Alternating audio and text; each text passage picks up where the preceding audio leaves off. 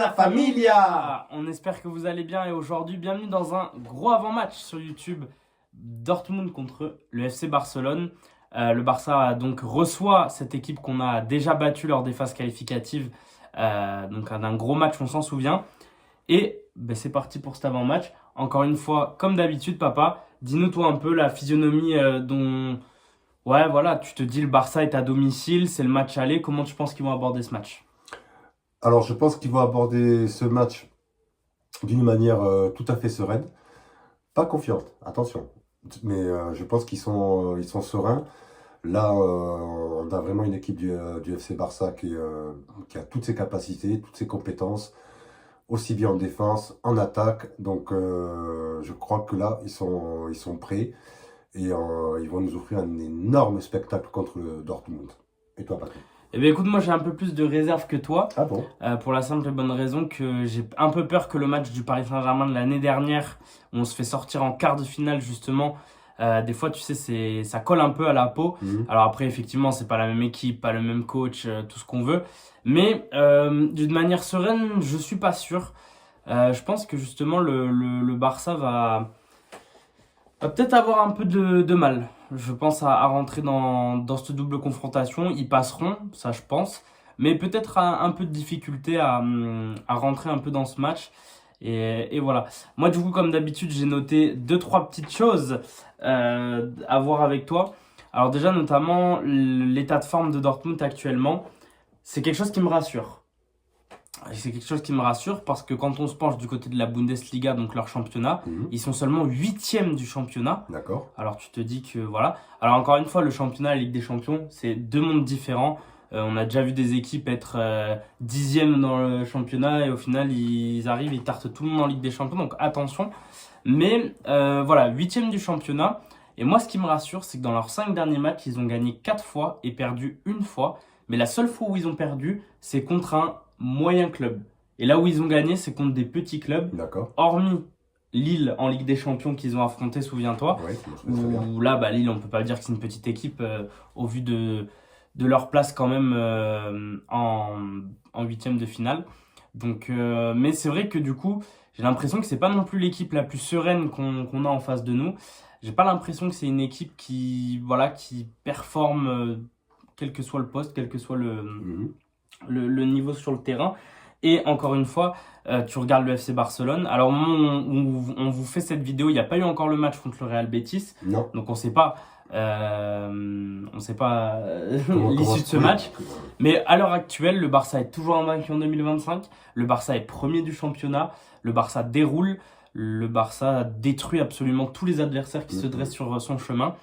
Et si on prend un peu plus côté Ligue des Champions, c'est sensiblement la même chose, puisque le Barça n'a perdu qu'un seul match en Ligue des Champions contre Monaco. Oui. Et puis après, vous le savez, ça a déroulé Dortmund, Bayern, Benfica. Voilà, on a su éliminer absolument tout le monde et on a su détruire absolument tout le monde. Donc, on a les armes, ça c'est sûr, pour aller affronter Dortmund. Et ça fait plaisir, puisque voilà, le Barça, comme j'ai dit, est pour l'instant invaincu.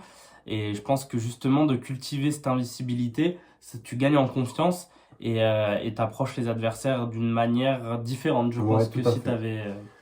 Je te laisse parler. Alors après, oui. Donc, moi, ce que je constate, en tout cas sur l'effectif du FC Barcelone, c'est que tous les joueurs, et pour moi, hein, ils ont pris en maturité. Et tous les joueurs sont conscients du fait qu'ils peuvent gagner cette Ligue des Champions. Donc par conséquent, et en plus je note depuis les derniers matchs, je dirais les 3-4 derniers matchs, une évolution dans l'esprit d'équipe, dans le jeu, dans la défense, dans l'offensive, dans la mentalité. On ne se laisse plus avoir. Je crois que le dernier match où vraiment ça a été un petit peu compliqué pour nous, c'était contre l'Atlético de Madrid, je ne sais pas si tu t'en souviens, où après ce fameux coup franc, on est parti un petit peu en cacahuète. Et là, on a retrouvé une équipe du Barça qui était un peu au niveau mental en deçà de ses capacités. Et là, moi, c'est mon impression, ils ont le mental. Il y a quelque chose qui s'est passé. Alors, malheureusement, c'est peut-être le décès du médecin dont on rend encore hommage aujourd'hui, qui a fait qu'ils ont ressoudé quelque chose, je sais pas. Mais il y a quelque chose pour moi qui s'est passé, je le vois en tout cas dans les matchs. Ok. Bah oui, moi je suis d'accord avec toi. Après, le mental, il s'est Il s'est complètement forgé, il est là, bien transformé. sûr. Et tu sens que c'est pas un ou deux ou trois joueurs qui portent l'équipe, mais c'est plus C'est l'équipe entière qui ouais. porte chaque joueur Tout à, individuellement. exactement, Je pense que ouais, j'ai bien résumé tu as le. tout à fait résumé l'état d'esprit du FC Barça, selon moi. Donc voilà, en fait, c'est ça, c'est que maintenant, tu as une équipe qui avance reposée sur un très gros match de Pedri. Oh, ça y est, on gagne ce match. Heureusement que Pedri était là. Oh, heureusement que Rafinha. Que là, en fait, bah, comme je le dis, c'est l'équipe entière qui performe et qui fait évoluer individuellement tous les joueurs. On pense par exemple à Jules Koundé qui, lui, tu vois, pouvait être un joueur, toi tu le connaissais pas d'avant, mais ça a été un joueur mentalement instable dans le sens où, ben, en fait, Jules Koundé, quand il n'était pas en confiance, c'était catastrophique. Et là, tu as l'impression il est inatteignable, le mec. Ouais, ouais, Il ouais. ne se fera passer par aucun attaquant. Donc voilà, on pense à des joueurs comme Ferran Torres, évidemment, où lui, pour le coup, c'est, je pense, le parfait exemple du mental. Joueur qui loupe beaucoup, qui est beaucoup critiqué, qui réussit jamais vraiment à s'imposer, mais qui garde une mentalité irréprochable de se battre à chaque fois qu'il a des minutes. T'as l'impression qu'il fait un meilleur match que quand il est rentré avant. Et ça fait plaisir. Moi, je vais te parler du coup de trois joueurs que j'ai notés côté Dortmund, Oui. dont un que normalement tu vas t'en rappeler puisqu'on l'a affronté. C'est Serhou Guirassy. Ah oui. Leur numéro 9, tu sais, qui faisait très peur. Heureusement d'ailleurs que lors de cette phase qualificative, souviens-toi, il n'était pas si bon que ça. Non, non, On se l'était dit. c'est vrai. Pardon. On se l'était dit, on s'était dit, heureusement papa que Il était pas, il était dans un pas bon dans. jour. Ouais. Mais c'est le genre d'attaquant comme on avait eu avec Pavlidis côté Benfica, le grec. Euh, voilà, c'est les numéros 9, on a du mal, j'ai l'impression quand même contre eux. Même en Liga, quand on affronte des équipes avec un numéro 9 pur devant, ils pèsent sur la défense et ça a l'air d'être un peu compliqué. Surtout qu'attention, Serhou Guirassy, lui par contre, il est sur une saison XXL par contre en Bundesliga avec son club. Il enchaîne les buts. Donc on peut potentiellement se dire que cette fois-ci contre nous, il aura déjà à cœur de revanche et surtout à cœur de faire passer son équipe aussi. Donc attention, attention à lui, attention à un joueur qu'on n'avait pas côté phase qualificative puisqu'il était blessé. Mais pour moi, c'est une de leurs meilleures armes offensives, c'est Karim Adeyemi. Un joueur, il fait partie des plus rapides du monde D'accord. niveau vitesse. Donc Le problème est réglé. Hein. voilà, quand tu sais qu'Inigo Martinez, quand tu sais que Koubarsi, c'est pas non plus les défenseurs les plus rapides, J'entends. ça peut faire mal. Étant donné que là, pour le coup, si tu te foires sur le hors-jeu, si c'est un Guirassy ou quoi, ça va, tu peux peut-être gérer. Un Adeyemi, un joueur qui pète comme ça, tu le rattrapes pas. Même Baldé et tout, tu vois, je pense qu'il aurait du mal, alors que Baldé, tu le connais très rapide. Donc attention à lui. En plus, il dribble et tout. Moi, c'est un joueur qui me fait peur. Et un autre que j'ai noté, c'est Jamie Gittens, qui lui, par contre, avait joué contre nous. Pareil, il n'avait pas été étincelant, mais il avait quand même, il était passé 2-3 fois sur Koundé, et c'était de lui dont venaient quand même les attaques, et on se sentait en danger. Donc attention à ces trois joueurs. Il y en a d'autres évidemment, mais à chaque fois, j'essaie de noter vraiment les 2-3 noms qui, pour moi, ressortent le plus et qui sont une vraie menace pour le Barça. Et de l'autre côté, ça va me permettre de faire une transition pour te poser deux questions. Puisqu'on parle de Serhou Guirassy qui est en grande forme et qui va être le numéro 9 qui va tenter de faire passer son équipe.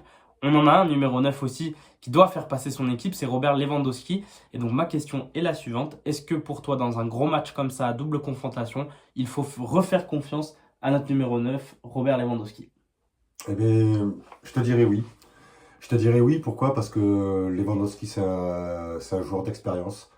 Et je pense que dans ce type de match, on a besoin de joueurs d'expérience qui ont la tête sur les épaules, c'est le cas de le dire. Ouais, Et voilà, qui peuvent tempérer, qui peuvent aller nous chercher des buts là où on les attend pas, parce que c'est un peu sa spécialité, hein, aussi Lewandowski, c'est vrai.